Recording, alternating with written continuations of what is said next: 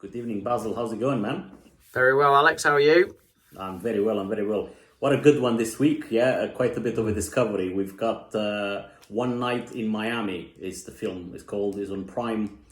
And it basically tells the story. The premise is very good. So this is, I think, it's happening in the 60s. It's based on real events, and it puts four big, massive personality characters, historical characters, in one room, which are Cassius Clay, which later became Muhammad Ali, the boxer. Then you've got Tom Scott, I believe, is the singer. Is that right? No, it's Sam Cooke. Sam Cooke. That's it? Yes, yeah. And then the NFL player, which is Jim Brown. And Malcolm X. So all these guys, apparently at one moment in history, they worked together in the same room.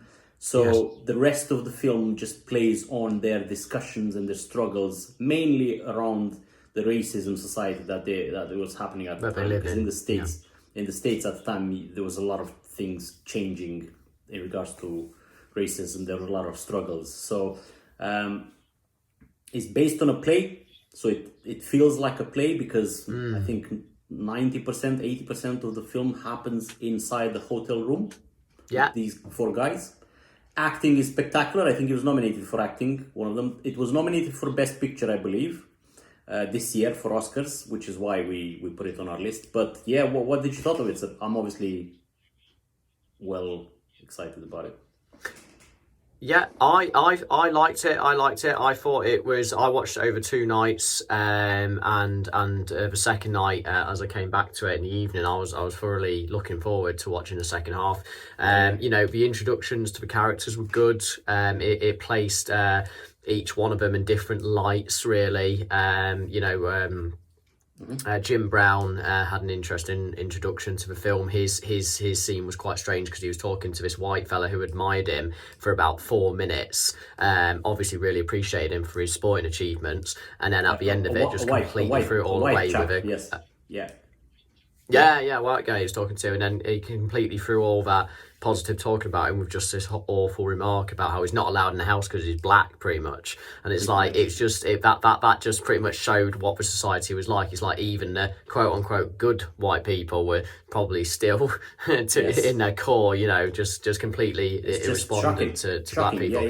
Yeah, and then Muhammad Ali, his introduction was very good. He's a very confident character in the film. He's at the top of his game. He thinks he's the best, and he is the best. At what he does, which is boxing.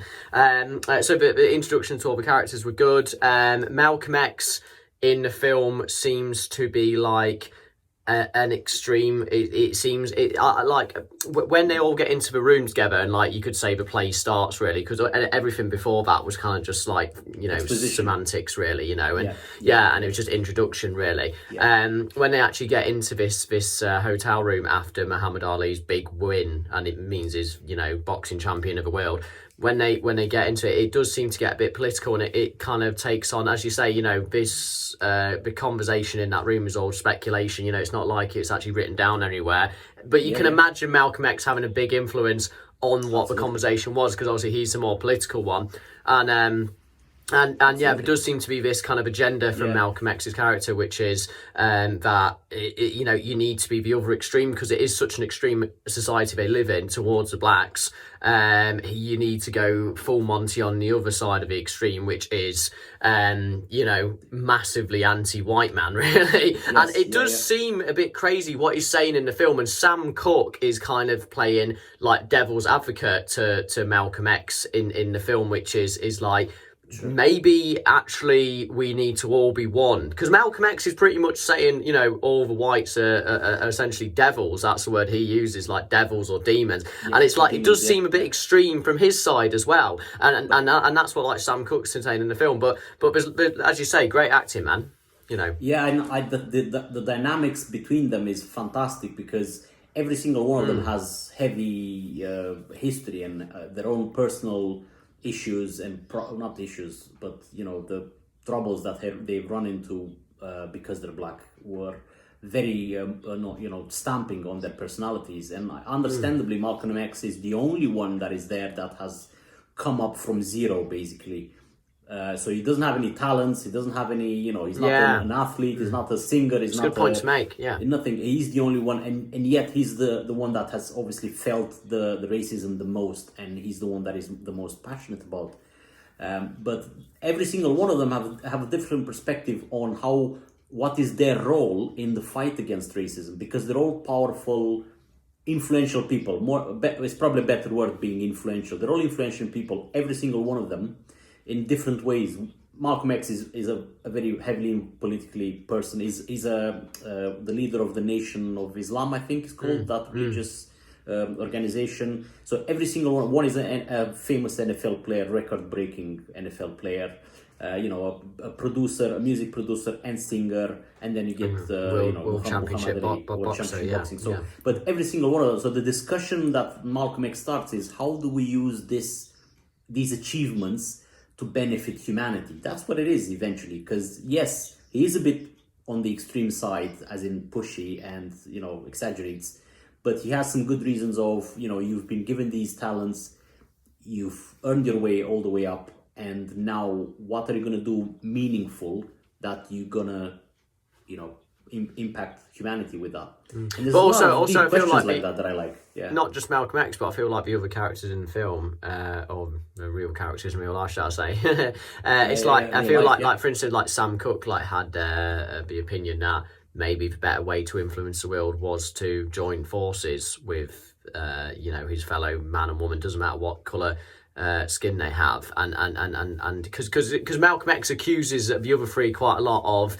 living in the white man's world, and therefore supporting the regime.